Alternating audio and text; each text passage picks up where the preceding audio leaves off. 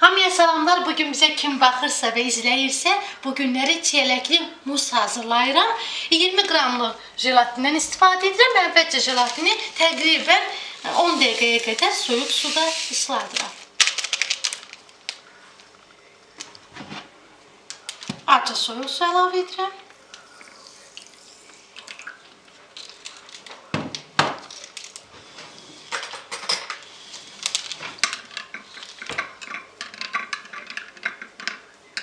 Koyuram bir kənara.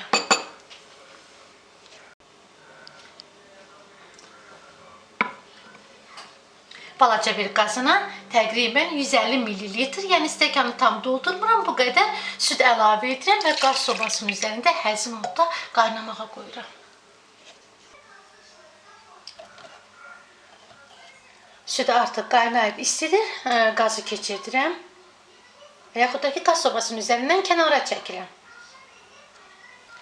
Jelatin bu şəkildədir. İçərisinə əlavə edirəm və tez qarışdırıram.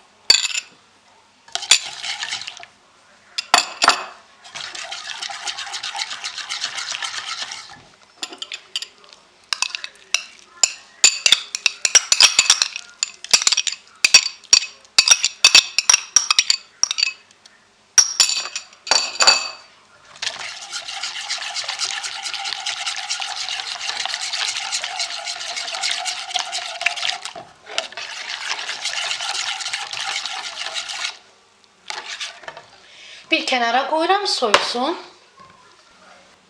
Bu günləri dondurulmuş çiyələkdən istifadə edirəm. Qış üçün, demək yayda hazırlamışdım. Belə bir xüsusi qablarda soyuducunun buzdolabında saxlamışam. Müəyyən qədər, hər bir kilə meyvədən 300 qramlı yuyuram. Tamamilə buzu əriməyib, yəni buzlu blenderdə əzəcəyəm.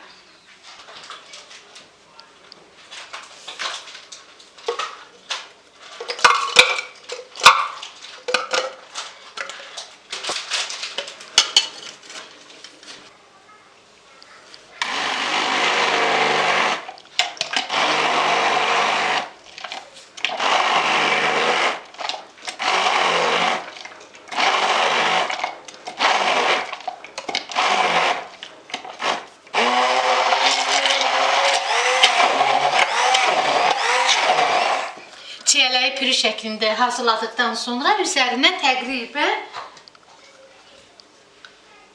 2 xörək qaşığı, şəkər tozu pudrası əlavə edirəm. Şəkər tozunu əlavə etdikdə çox gec həll olur, ona görə pudrası daha da yaxşıdır.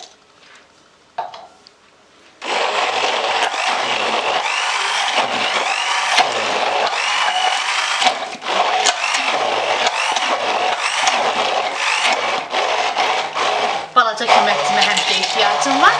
Artıq tamamilə süd soyuyub, jelatinlə hazırladığımı içərisinə əlavə edib qarışdıracağım.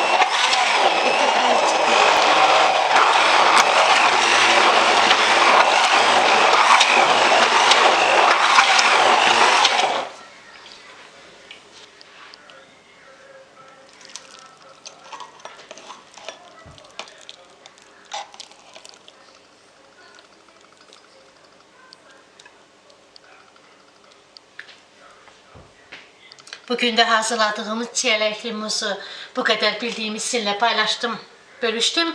Siz də bildiklərinizi mənə yazmağı unutmayın. Hamınızı xoş günlər, xoş əhval-ruhiyyə arzulayıram. Qarşıda Novruz bayramı gəlir. Əlbəttə ki, əvvəlcədən günümüzü, gələn ilimizi, daha doğrusu bayramımızı xoş gülərüzlə qarşılayaq ki, gələn ilimiz daha da xoş geçsin. Əlbəttə ki, artıq bayram bazarlığını hazırlamağa başlamışıq.